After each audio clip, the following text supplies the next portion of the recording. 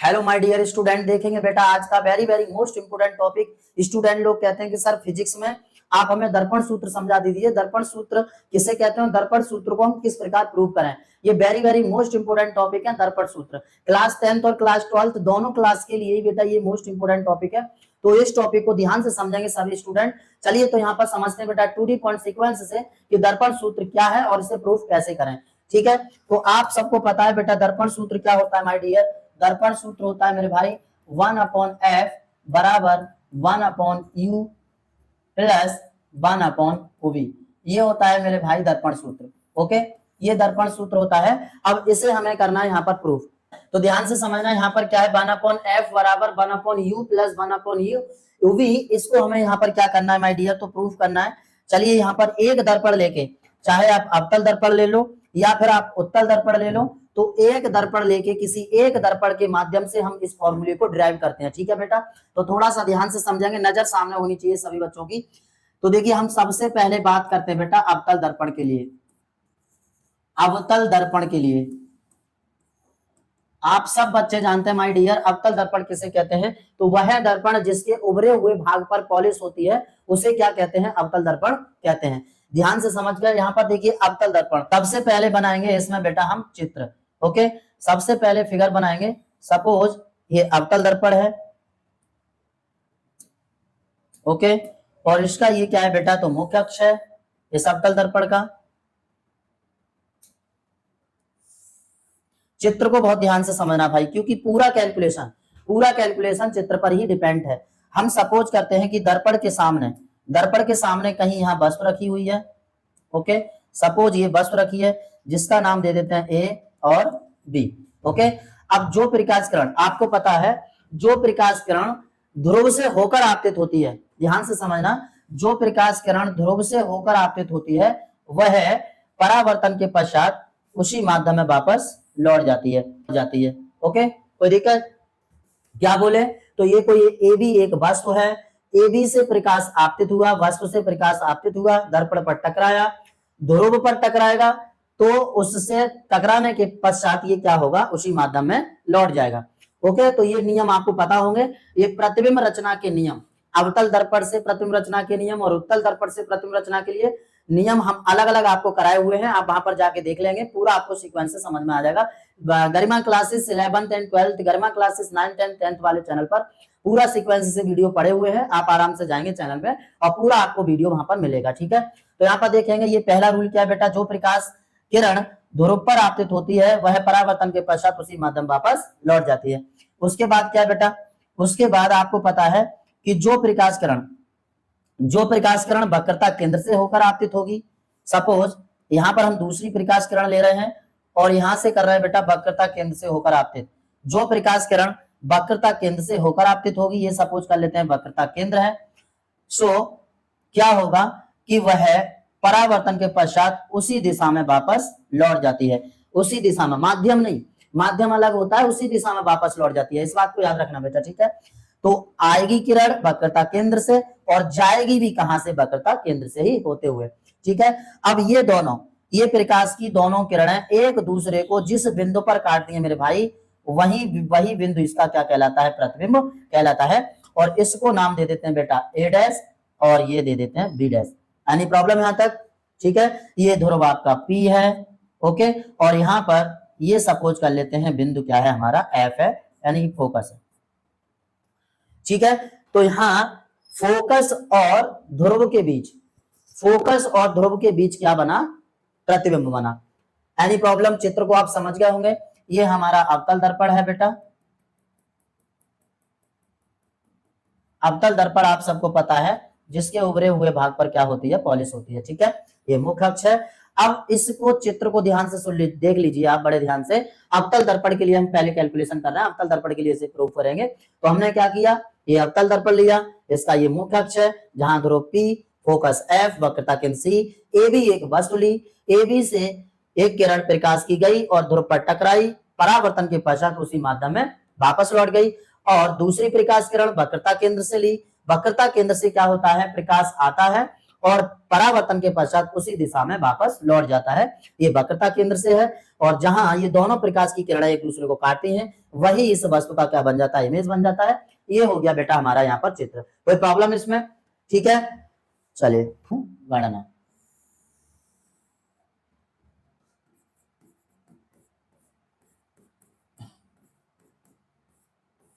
तब गणना तो ध्यान से समझना, यहाँ पर क्या बोले, सबसे पहले आपको ये देखना है, देखो एक ये ट्रेंगल और दूसरा बेटा ये ट्रेंगल। अगर इन दोनों त्रिभुजों को हम देखें तो ये दोनों त्रिभुज एक दूसरे के क्या है, समरूप है, और समरूप त्रिभुजों की संगत भुजाओं का अनुपात क्या होता है, बराबर होता है। तो चलिए हम यहाँ पर लिखेंगे सबसे पहला पॉइंट क्या है भाई, तो क्योंकि त्रिभुज ए बी सी समरूप होगा त्रिभुज ए डैश बी डैश सी के। ओके, क्योंकि त्रिभुज ए बी सी समरूप होगा बेटा ए डैश बी डैश सी के। अगर ये दोनों त्रिभुज समरूप हैं तो इनकी संगत भुजाओं का अनुपात भी आपस में क्या है, बराबर है। तो इसलिए A B upon A dash B dash बराबर ए सी, यहां से बात करें तो देखिए A C upon A dash C, A C upon A dash C, और इसे हम यहाँ पर नाम दे देंगे किसका, इक्वेशन नंबर फर्स्ट का। एनी प्रॉब्लम यहां तक? इसी प्रकार सेम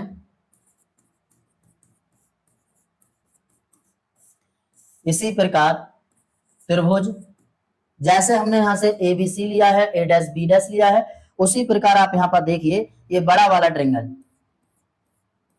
वाला ट्रेंगल इस छोटे वाले ट्रेंगल के क्या होगा, समरूप होगा। ओके, चित्र को बड़े ध्यान से समझना मेरे भाई, क्योंकि पूरी कैलकुलेशन चित्र पर ही डिपेंड है। ठीक, तो यहाँ पर ए बी, यहाँ पर लिखेंगे क्योंकि ए बी पी समरूप है बेटा त्रिभुज ए डैश बी डैश पी के।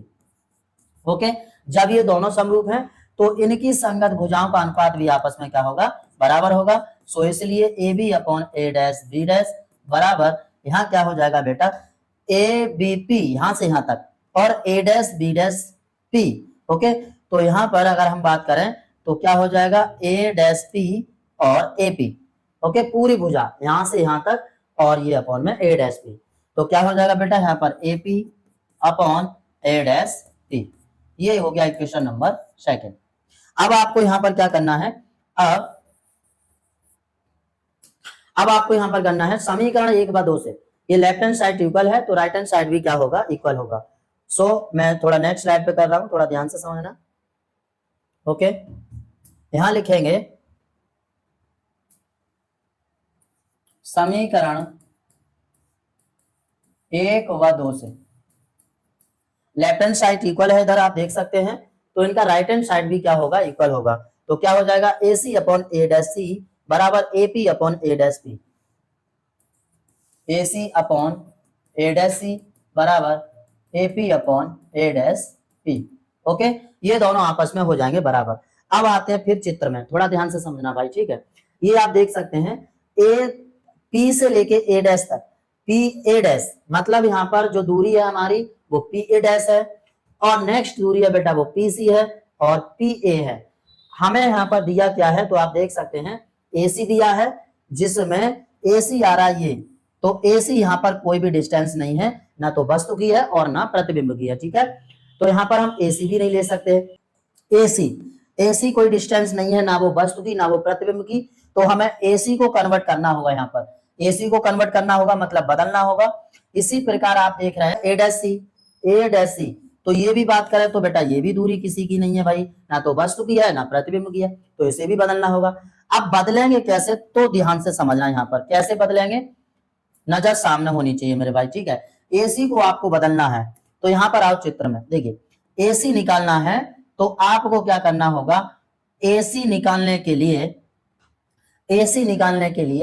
ये इतनी डिस्टेंस निकालने के लिए आपको पी ए में से पीसी माइनस कर देना है, जिससे कि एसी आपको निकल जाएगा। मतलब यहां पर एसी जब आप निकाल रहे हैं तो पूरी डिस्टेंस में से पी ए में से और आपको पीसी माइनस कर देना है यहाँ पर। ओके, ये माइनस कर देना है भाई, यहां से हमें मिल जाएगा एसी। ओके, इसी प्रकार से हम आपको ए डैश सी निकालना है। तो ए डैश सी कैसे निकालेंगे, तो ए डैश सी को भी आप निकालें। देखिए यहां से यहां तक दूरी, तो यहां से यहां तक दूरी निकालने के लिए पी ए, यहां से पी से लेके सी तक की दूरी पी सी, और माइनस कर देंगे आप P A dash. Okay, P A dash, तो ये आ जाएगा हमारा क्या, ए डैश सी।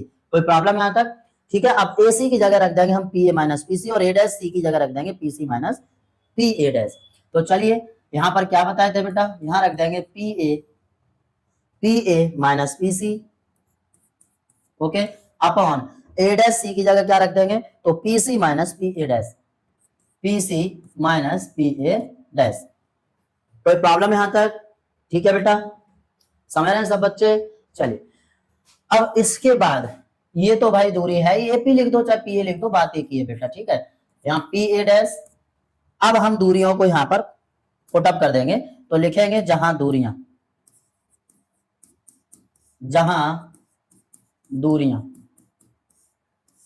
कैसे निकालेंगे, तो यहां पर देखिए, याद रखना यहां पर ये प्रकाश की किरण दर्पण की ओर जा रही है, मतलब आपतित किरण ये है, और हम जो दूरियां माप रहे हैं वो आपतित किरण के विपरीत दिशा में माप रहे हैं, मतलब ध्रुव से माप रहे हैं। तो पी ए डैश कितना हो जाएगा, पी सी कितना हो जाएगा, और पी ए कितना हो जाएगा, ये हम यहाँ पर कर रहे हैं। तो आप सभी को पता है कि आपतित किरण के विपरीत दिशा में मापी गई दूरियां सब काय की होती हैं, तो माइनस की होती है, मतलब ऋणात्मक, और आपतित किरण की दिशा में मापी गई दूरियां कैसी होती है मेरे भाई, तो धनात्मक होती है, ठीक है। तो यहाँ पर हम दूरियों को लिखेंगे, तो P A dash minus O B हो जाएगा, क्योंकि वस्तु की प्रतिबिंब की दूरी है, पी सी वक्रता त्रिज्या क्योंकि केंद्र है, और पी ए हो जाएगा यहाँ पर वस्तु की दूरी। तो यहाँ पर देखेंगे सबसे पहले हम निकालेंगे यहाँ पर P A dash. P A dash क्या है, तो बेटा ये है हमारी प्रतिबिंब की दूरी, जो कि माइनस ओ बी हो जाएगी, और पी सी मतलब वक्रता त्रिज्या जो कि माइनस आर, और पी ए वस्तु की दूरी माइनस यू। ओके, कोई प्रॉब्लम यहां तक। आपतित किरण के विपरीत दिशा में दूरियां मापी जा रही हैं, इसलिए सब यहाँ पर क्या आया है, ऋणात्मक आया है। अब दूरियों को आप यहाँ पर पुटअप कर दीजिए मेरे भाई। तो चलिए दूरियों को हम यहाँ पर रखते हैं, ठीक है।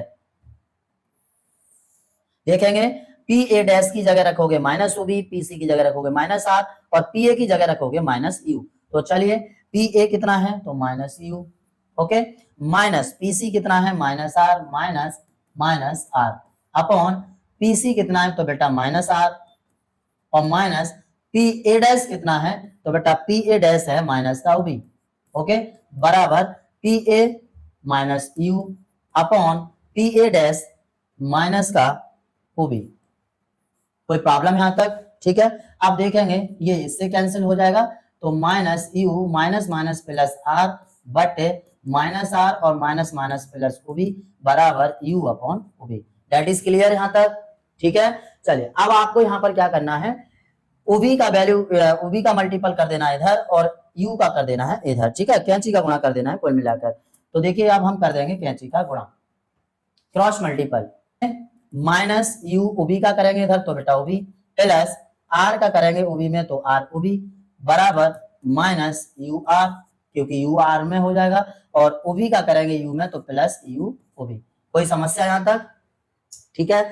अब आपको पता है कि आर आर वाला टर्म एक तरफ कर लीजिए, और यू ओबी वाला टर्म एक तरफ कर लीजिए, तो यहां से R O B plus U R, और बराबर U O B plus U O B. मतलब हमने क्या किया, यहाँ पर माइनस का यू आर था इधर ले आए, माइनस का यू भी था उधर लेके गए।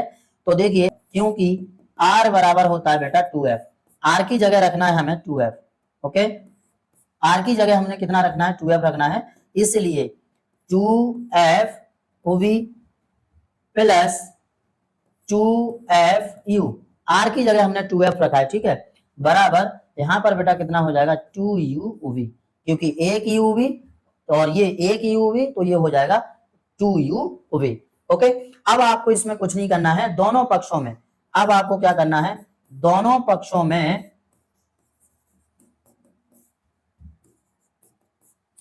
2u/v(f) से भाग दे देना है, ठीक है,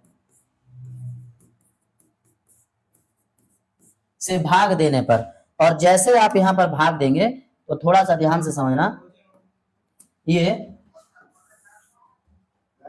2f यू उवी प्लस 2FU बराबर 2U उवी। हमने भाग दे दिया भाई 2U उवी एफ से दोनों पक्षों में।